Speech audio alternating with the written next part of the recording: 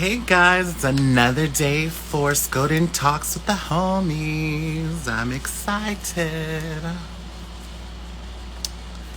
Hi. And there is our special guest.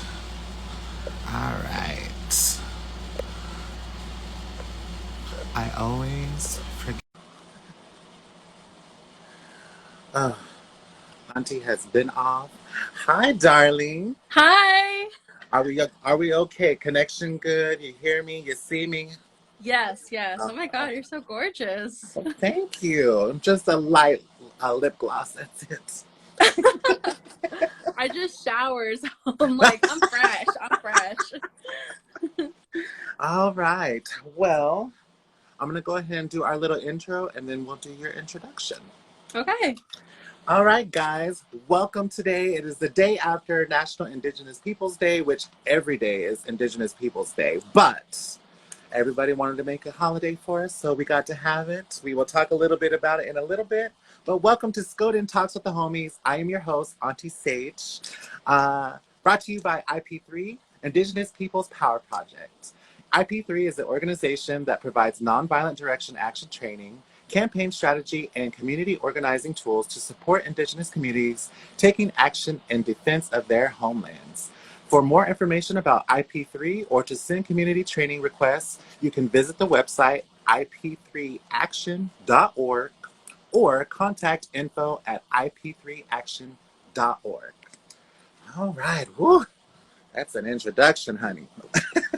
But enough about me. Let's hear about you. Tell us your name, where you're from, and a little bit of your background. Yes. Hello, everybody. Christina Haswood.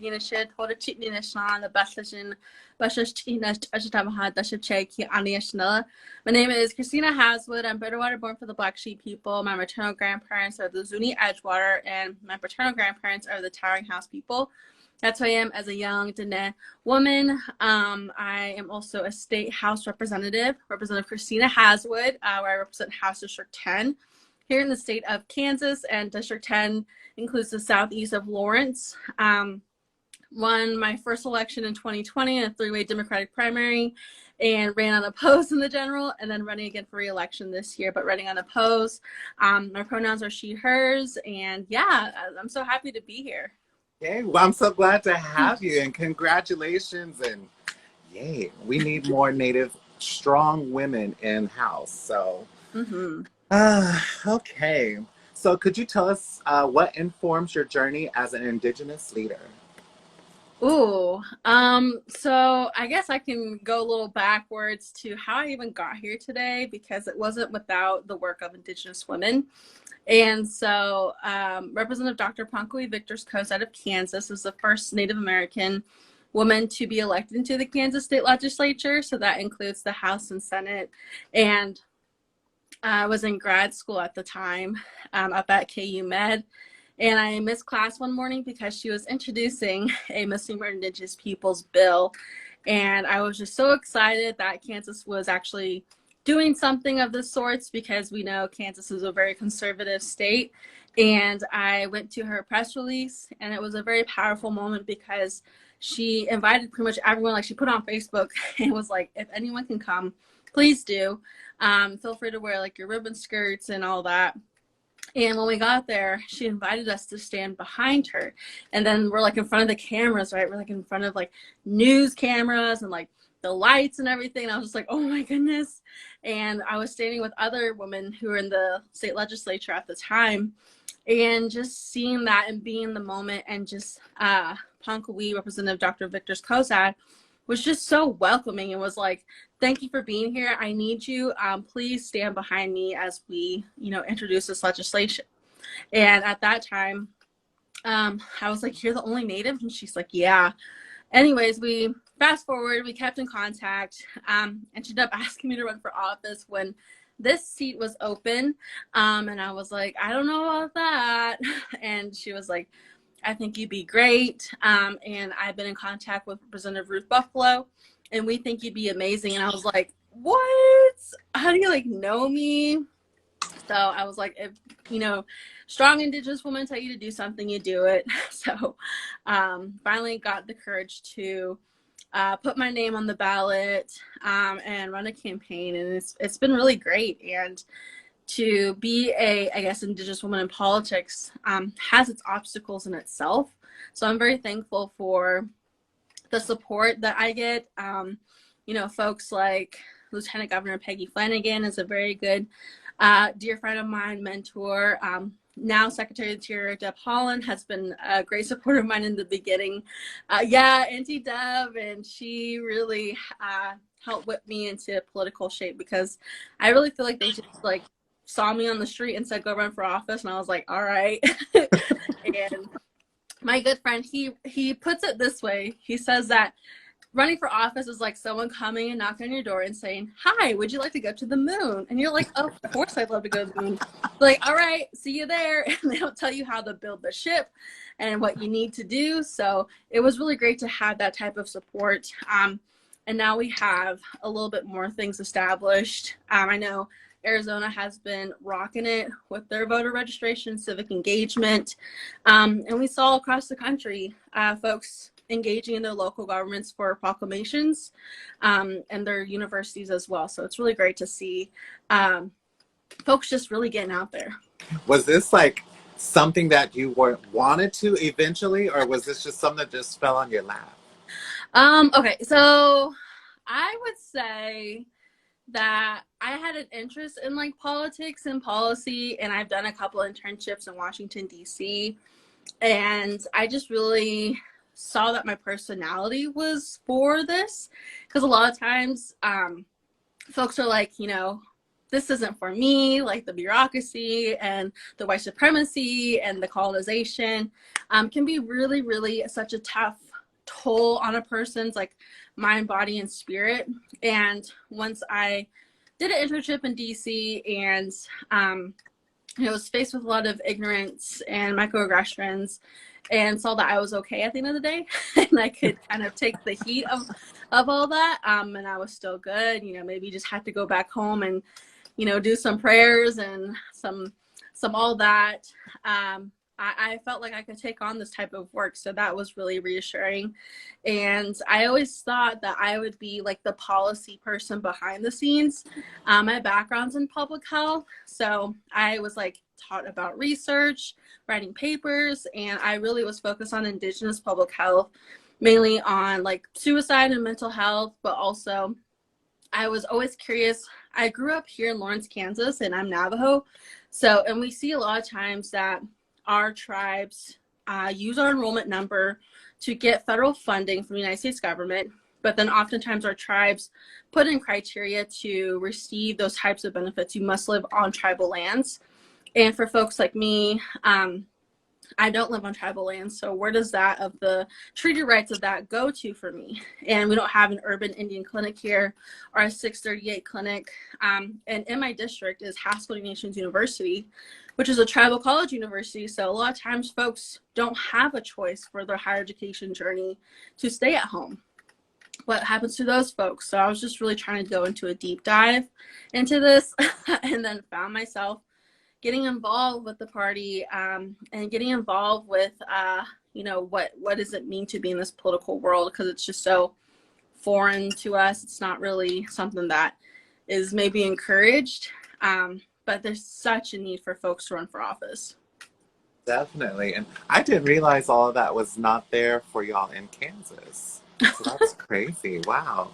So with that, is there anything in the works to hopefully get y'all funding for for those that don't live on a reservation or anything?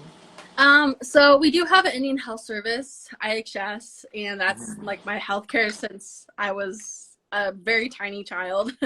And so we do have that service here. But other than that, for example, we have elections, Navajo Nation elections, I'm having to sign up for an absentee ballot and doing all that, where I actually went to undergrad at Arizona State University, and they have American Indian Student Services folks who are knowledgeable in these elections to help with the process.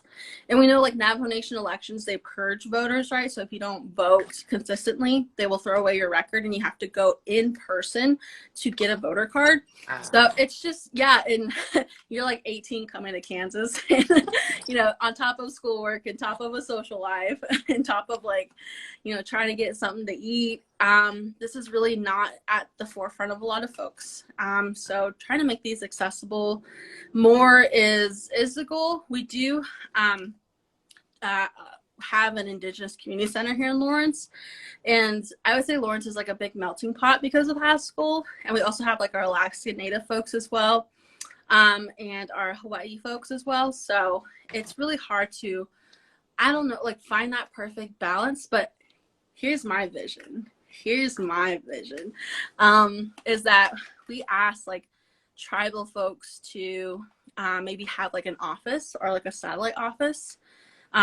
In Lawrence, I know there's something similar maybe to Phoenix, where there's a point of contact person from that tribe, or just someone who can answer the phone and email to help know the system.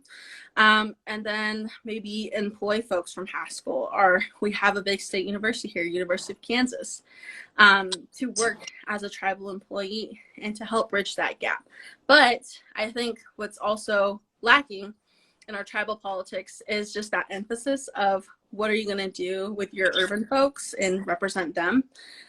So I don't think we're quite there yet in the conversation, and that being such a big political talking point when we're electing our tribal leaders. But something I'm curious in, something I probably don't know a lot about, so I'm not trying to change too much, but that's my bright idea. Girl, dream big, and hopefully everyone follows. Because honestly, I just listening to you right now, I feel inspired. Because honestly, it takes a lot for me to get involved in politics, and just a little bit you have told me, I'm just oh my gosh, wow, we do need to do better and step up and help each other thrive and succeed. I also want to say to all of our viewers that are here, if you want to ask a question, go ahead and type it in, and we'll see if she can answer it for us. So. Let's see. Where are we at? What are the foundations that influence you? Oh, so I grew up a lot with my traditional values. Coming from Kansas, I have done that drive of that 20+ hour drive back to the res to see both sides of my family. And both my parents came from the reservation and then decided to pursue a better life when they had a family, to come to Kansas. And both my parents, Navajo is their first language, English is their second language. So I blame them for my bad grammar. And, growing up in that household is such a blessing. I know a lot of folks out there don't have that luxury of growing up within your culture or someone who has known that culture, even to the point, like for me, like my kanata, my like womanhood ceremony, I felt like really set me up a good foundation and sets of values going forward. Now, before I got into politics, like I was like, they're like, are you like a conservative or a progressive or a socialist? I'm like, I have no idea what any of these things mean. I just want people to live the best life that they can and make sure like big businesses and corporations, we don't need to help them. And they're the ones that are like, oppressing a lot of people. I don't know what that's called, but I'm all for that. And right. And like going into politics, apparently it's like, such a big thing, like these crazy ideas to get people housing and fair wages and like healthcare for everyone. Oh my God, so crazy. So I don't know. I guess I was just raised that way, that we take care of our family and community members, help folks when they need help, and to be humble. And I think those values I have carried on with me. And if I ever get out of line, my mom always is like, girl, what are you doing? So don't worry, I get yelled at sometimes too. Have you met much people that are against you as an Indigenous person while being in office, or have you had more support? What has that looked like? So that's a really good conversation. I wish that we had more dialogue of, right? Because Indigenous folks and politics, the United States government is once, not very short time ago, wanted to have in place genocide on our people. And it's the question of, why are you entering this system of oppression? I have not faced directly that, but I have seen folks on like my comment section maybe implying that, but it's like user 23 like 58, like it's like, okay. But I think it's an interesting conversation, and I really think folks might be at a crossroads with that, where it's, do we want to be in the system to create change and to make sure that we don't repeat these mistakes, because we have to be at the table.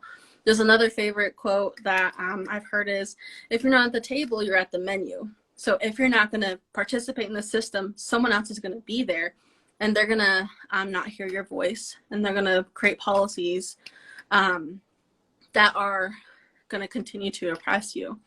So you can look at it that way, or you can look at it like, we need to change the whole system. We should not be involved in the system, which is a really interesting conversation, especially learning about like the American Indian movement and what that means. I took like one class. I'm not an expert, but just, kind of comparing different ideologies and the movement of us Indigenous folks. For me, I believe that we need to be in these elected positions to create change. We need to be in these systems and these seats to fix the issues from the inside out. And if we are not going to participate in these systems, then we're just letting that go. Someone's going to create policies and without our input. Even in my job as a legislator in Kansas, I sit on the Committee of Agriculture, and there's been a good handful of times where I'm like, whoa, we need to pump the brakes on this bill. This might be, an issue of tribal sovereignty. And there's this, I feel bad because there's this one really good bill about protecting our box turtles. And I was like, yeah, save the turtles and all that. But in the back of my head, and other folks brought it to my attention, that some Oklahoma tribes, and we know that historically a lot of tribes who are in Oklahoma nowadays have previously called Kansas their home, use turtle shells for stomp dancing. And that's the extent of my knowledge. So yeah. I was trying to find folks, and I even contacted some tribes in Oklahoma and say, like, do you guys use box turtles? No one got back to me, and I just brought that as a question in committee. We do. Oh, okay. Yeah. So I was like, I know. I'm a stomp dancer. Okay, go on. Yes, I love that. So they were trying to, in the bill, make it like a crime if you, so, and they had like all these penalties and stuff. So I was just like, the intention is very, very good. Because the whole issue of the bill is that there's poachers out there that send these box turtles across sea in very inhumane ways, right? But I brought to the attention that there's actually some Indigenous nations that might use box turtle for XY reasons, and we should have at least excluding all this for tribal beliefs and all that. And it ended up accidentally killing the bill. So, but just like stuff like that, if I wasn't there, it probably would have passed out, and it probably wouldn't have been an acceptable situation in comparison to all my other colleagues when we all 125 of us saw it. So yeah, and we actually saw stuff like that here in Oklahoma too as well, because our box turtles were getting taken and moved south and eastward, and they were getting sold for like bukus of money, and we're like, what the crap? So I see it. I mean, if there was some regulation, I would love to see that, not to where we couldn't use it, but just to where, like, where are we putting these? Like, where are we using these? But we did have a question from Starry. She said, how do you stay connected to your truth and your roots when you're in DC? Oh, okay. Great. That's a great question, because DC is a very toxic place, I will admit. Very, very toxic. So I've been to DC just a few times on an internship, and I am in Kansas for most of the year. But in DC, the great thing is that these internships were Native focused and with other Native students. So we all, like, at the end of the day, could gather into one of our dorm rooms and just like chat about the day. Oftentimes it might have been like a weekend activity where we had pizza and all that, and decompressing and just like sitting there and chatting, because I know a lot of us were really struggling with this. Like, we want to create change and we want to be loud and we want to be destructive, but at the same time, if you're too strong, they will push you away. You'll scare them or whatnot. So how do you go into these spaces that were not made for us, that were these spaces that intensely wanted to destroy us? And how do you do that balance without losing yourself, without selling out? And a lot of it was just, I think, finding your community. So there's actually a good DC Native community. And there's a couple of journalist folks out there from Indian country who are in DC. The Biden administration had opened the Native American department folks that work in the White House. So it's a better environment, I will say, when we have a good amount of representation. It's really cool to see other tribes. I think it's the Cherokees that are trying to get like a congressional delegate.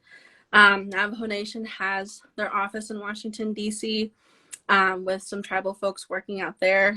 There's other Native nonprofits like National Indian Health Board, the National Council for Urban Indian Health, which I previously was interning at. There's a good group of folks there. And I would also say constantly contacting my friends and my family, and making that trip back home for prayer. And burning cedar was always great. It always was great too, because after the summer, my folks would be on the res. So there was some times where I get to just go straight back home, and just be with family and all that. Come on. To bounce off of that, what is your favorite Native dish?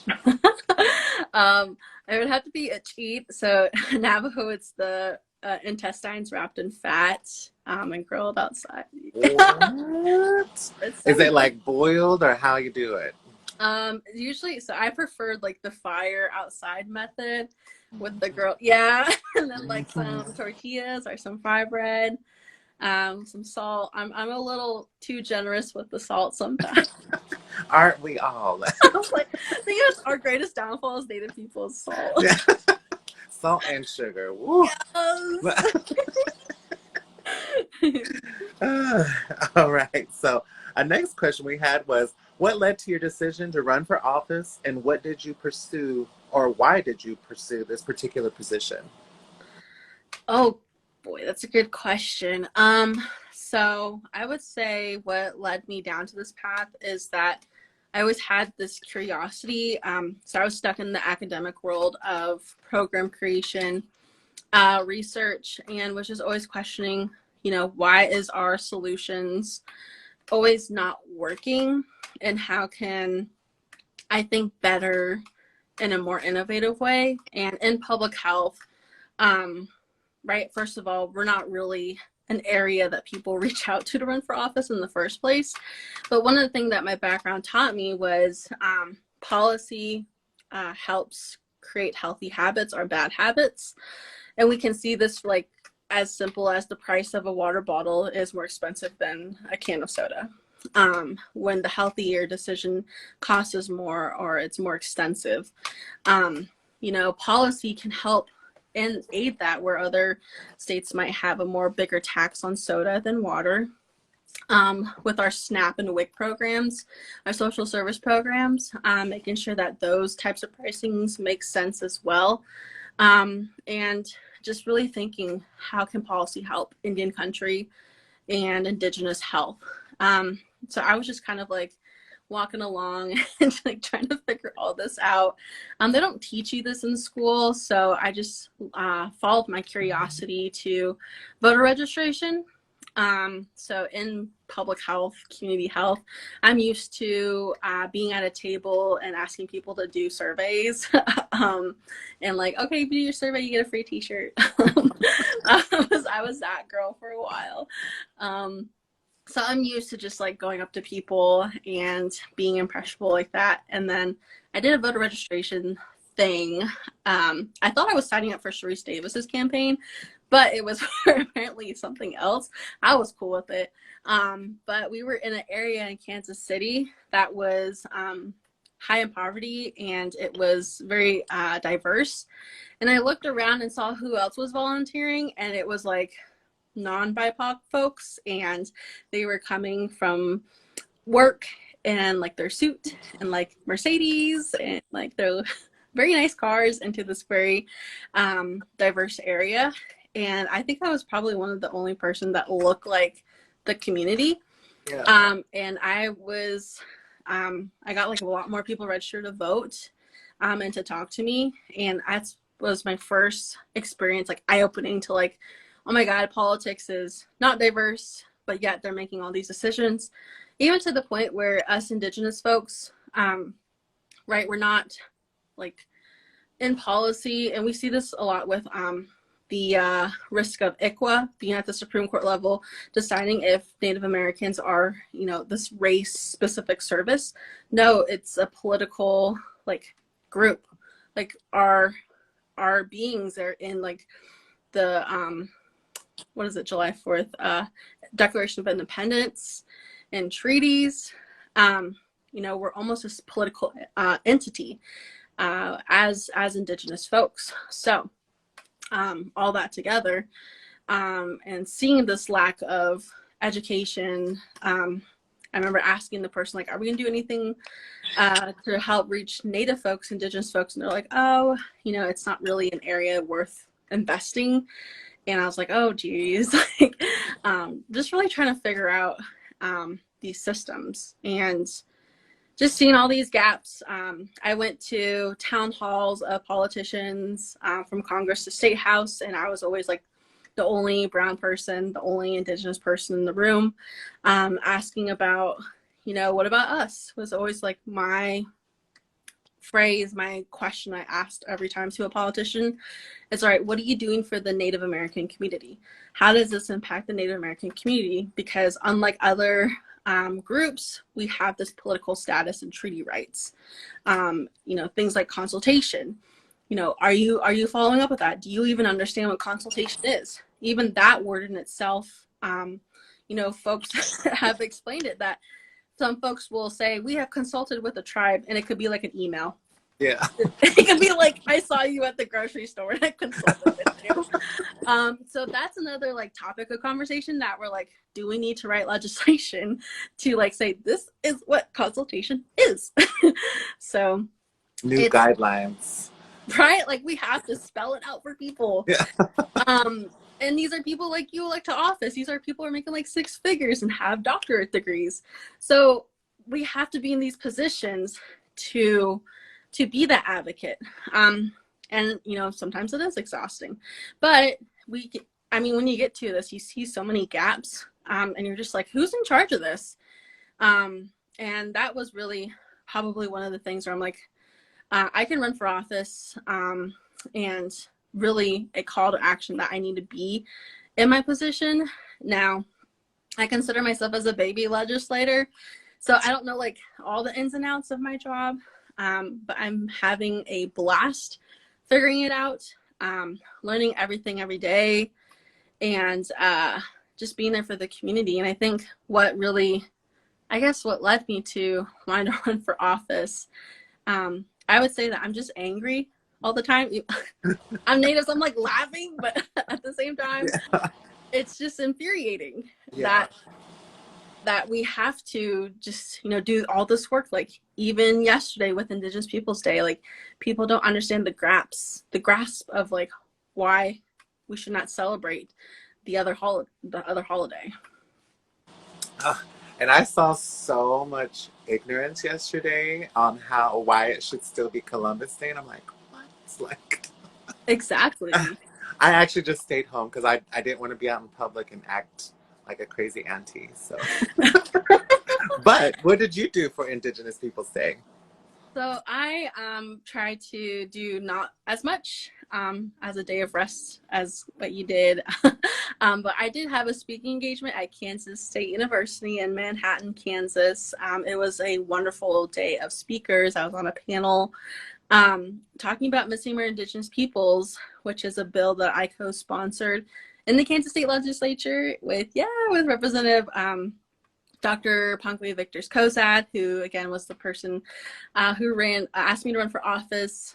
I blame her. I'm like, she's the one that got me here. The reason why I'm a politician. And it was really great because on the panel, it was me as a legislator and then one of our Indigenous Community Center board president. And then we had someone from Canada talking about this issue, and the Indigenous Community Center representative.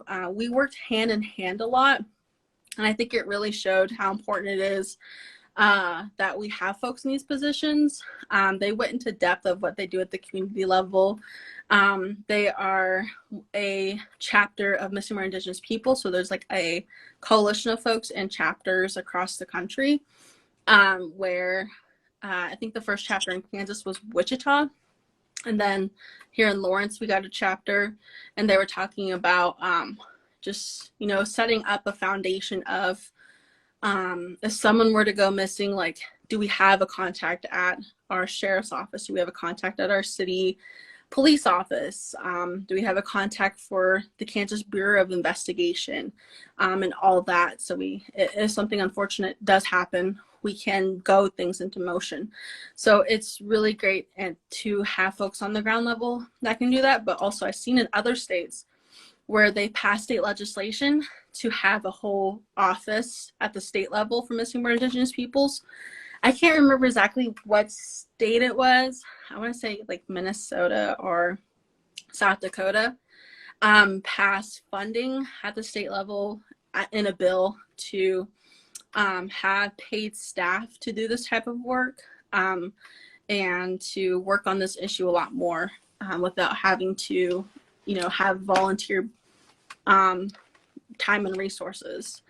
So, yeah.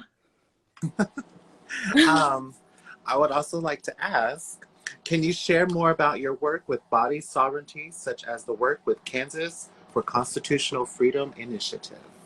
Mm. Yeah, so Kansas shocked the world on August 2nd, where we defeated the attack on abortion rights here in the state of Kansas. So we had a constitutional amendment that passed in the state legislature. It was interesting because we all got sworn in like a couple weeks before all this, and they just shoved it through the chambers and passed it out. And so we saw it on our ballots this past August, and it was a time where we needed folks of Kansas to register to vote and to really show that we believe in reproductive rights and abortion rights in Kansas for all. And my campaign at the time, I had about 5 interns, college student interns with me, and 2 of them were Indigenous as well. And we hit the pavement. We were door knocking in my district, making sure people knew where to vote. Again, at the same time in this past session, Kansas legislative conservatives passed voting bills as well, where it made it a little difficult, a lot more difficult to get folks registered to vote, to help them with their ballots and all that. So it was this whole plan in motion from the opposing side. But it was really great to see the results and to see such a large margin that Kansans told the legislature, we did not want this. We told you we did not want this. Do not put these regulations on our bodies for folks who have a uterus. This is a issue that impacts all. And it was really great to play a small part in it. Kansas for Constitutional Freedom, Vote No Kansas, and one of my favorites from Loud Light, Vote Nay Kansas, who did a cowgirl theme. You should check out their page. Kansas Votes Nay, I believe it's what it's called, to get the youth more engaged into the importance of this issue. So, but because we had such a great victory, I know they're going to be coming back swinging.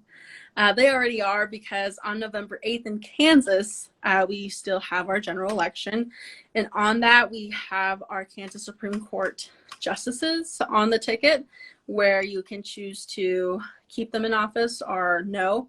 It'll say like retain or no. They want to get rid of all the Kansas judges.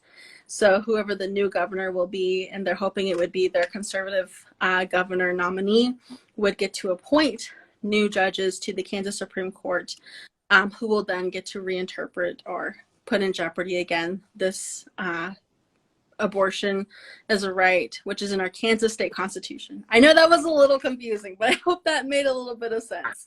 I'm here because I've been following it so close everywhere, and it's just been a big mess for everyone. And just like, wow, like, but I'm so glad y'all did break the barrier for even this little small moment in time to show that are giving people hope, show that yes, you can, as long as you're in there voting and keeping the people in there that are to help our people. Yes, do it. I also wanted to ask, how are you getting the youth involved and being visible and trying to get involved in politics? So I have sometimes I'll have an internship for this time period. I started my second job, so I'm like super busy. And I'll have the capacity to mentor 5 interns, as I did previously before in our primary election. And during the session, we do have a legislative internship program that is paid, but I will say it's like $200 at the end of the whole session. But it's always great if you can get like school credit for that as well. And I always welcome folks to come intern with me, to shadow me for a day. We have PAGE programs. I believe most states have something called a PAGE program, where you can go on the state's legislative website and fill out a form, pick out a day. In Kansas, it's a whole day thing. Typically, it's like folks K through 12, but I think anyone can do it. I don't think there's an age limit. And it's really great. You get like a tour of the Capitol and a photo with the governor or lieutenant governor. So I'm always welcome folks to that. I love when folks follow me for a day so I can like say, this is what we're doing today, and then like give a little like, you know, we're not going to say something this way because this guy is, he doesn't like, you know, things to be said in a certain way. So we're going to be a politician. We're going to change our messaging a little bit and kind of give a little like historical context of maybe like why this bill doesn't pass. It's also interesting to see like legislators interact. There's a lot that goes on in the room. So in Kansas, during the pandemic, they started recording meetings. But I've noticed in the recordings, like you don't see what happens in the before. Sometimes it zooms in on certain people, so you don't know like who's whispering in whose ear, or like did someone's office assistant give them a paper or something? Did a lobbyist talk to this person? You don't get to really see the whole drama of that if you're not there. And I feel like a lot of good context is being in the room and just seeing all these interactions. And also my social media. So I'm pretty active on social media. TikTok is probably one of my favorite ones. My DMs are always open for folks. I know I need to check my Instagram DMs. I saw a couple of y'all and asking questions and stuff, so I'll get back to y'all. But I think those are some great avenues that I try to leave open, the door open for young people. Also with you know, the bill that I co-sponsored and passed, from a Senior Indigenous Peoples bill. I had some Indigenous students from Haskell and KU. I asked them to give testimony. It was crazy because like I had no idea how to give testimony, and I got taught how to do it. And then 2 weeks later, I turned around and was teaching other students how to do it. And it's of course a very intimidating process. But I think when you have a guide or someone who can help teach you like how to write and how to practice giving the testimony, right? It's kind of a little bit of an art to speech giving. And yeah, so I'm always open to that. I've worked with high school students on a bill. So one of Topeka high school student was asking for a wetlands bill, and we were going through the process on how to create that and what that looks like. And I think we come in with such big ideas, and we know the issues in our community. And then when we sit down and work on the issue, it can be very daunting. And I always tell folks that it will take about maybe three years to do this process right, to talk to your stakeholders, to get drafts of bills and revisions, for lawyers to look at it, and to check in with folks who this bill is going to impact with. It takes time. So it's always great to have young folks in the room and at the table with me on these issues. And I really hope it helps pull back the velvet curtain of politics and politicians to show that you too can do this job. And to also showcase, you know, that you don't need a certain degree. You don't need to be super rich to be a politician. Awesome. What's in the dreamscape that you hope to manifest? Oh,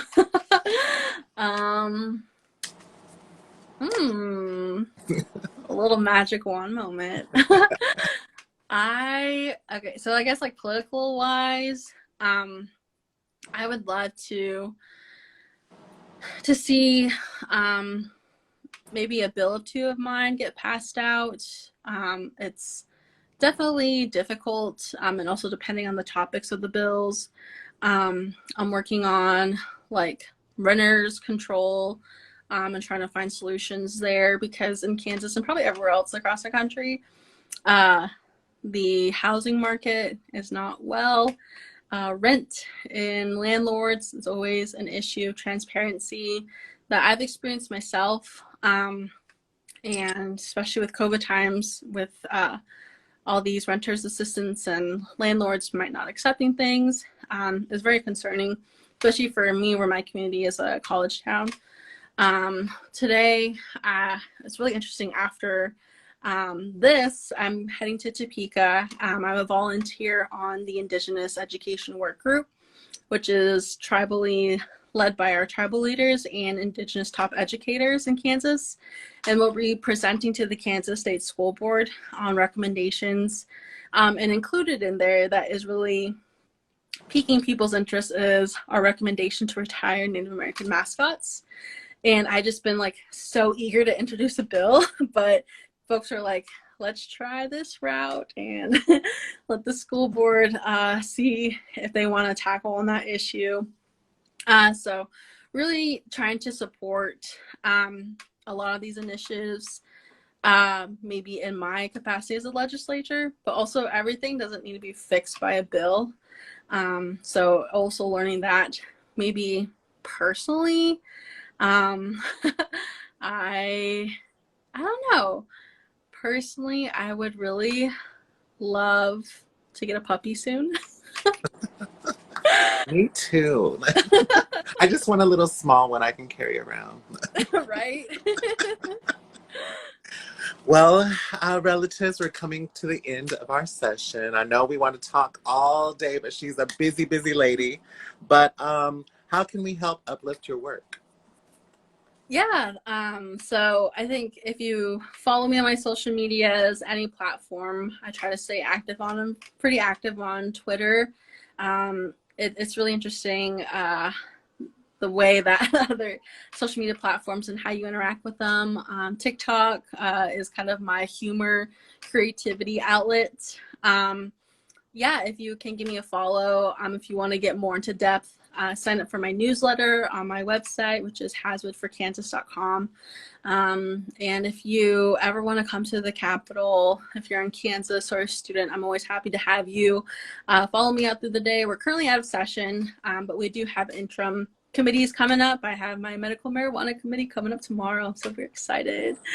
Yeah, it's a very interesting topics, especially for Kansas. So there's always something interesting happening. I'm always down for coffee. Oh my goodness. Yes, if you have aspirations to run for office, I know, Advanced Native American Political Leadership Program has a good training program for folks who want to run for office. Happy to share very authentically my experiences, the good and the bad, because we need more Native folks to be in office at all levels of government, not just Congress, but your local water board, your school board, your city, county commissioners. Yeah, we just need this representation at all levels. So happy to help. My favorite is probably like school projects. Folks who need to talk to a politician for their civics class or something. Those are always fun. How awesome. Is there anything to highlight or plug or any last words you'd like to leave us with?